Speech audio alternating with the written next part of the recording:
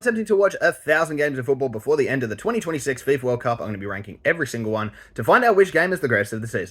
Back to Women's Euros action as we are looking at the quarterfinals as France take on Germany. This had the potential to be one of the biggest games so far in the Women's Euros. Obviously, we're at that quarterfinal stage now, so every game means a lot. But these are two sides that I wouldn't say are the favourites for the tournament, though are maybe the third and fourth best teams at the Women's Euros this year. Germany and France both with a lot of promising players, some promising playstyles, and hopefully some promising football on show for us today. It didn't take long for France to sort of stamp their early dominance. They were the better team, in my opinion, at least in the early stages, and they'd be rewarded with a penalty in the 13th minute off of a handball from a set piece, and they would make it 1-0 after it was converted.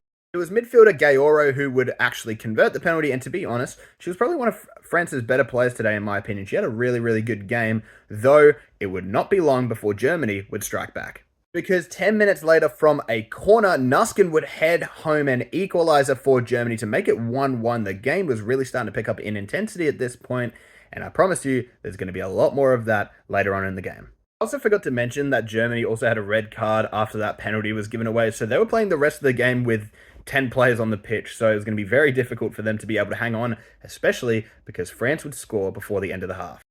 This goal was ruled out for offside, though France were clearly the better team and applied heaps more pressure and would score again to open up the account in the second half, though this once again was ruled out for a VAR offside. Germany would win a penalty in the 65th minute. They would step up to take it, and Nuskin would have her penalty saved by the French keeper. An awful penalty. To be fair, her first one was awful as well. The keeper was unlucky not to save that. Also, it would remain 1-1 going into extra time. It would finish 0-0 in extra time, and it would go to penalties. It would be an incredibly tense penalty shootout when Berger, the German goalkeeper, would provide the heroics to see her side through to the semi-finals. It's a beautiful story. She's been twice diagnosed with cancer before, and I think she's beaten cancer both times. Maybe beat it the first time, definitely.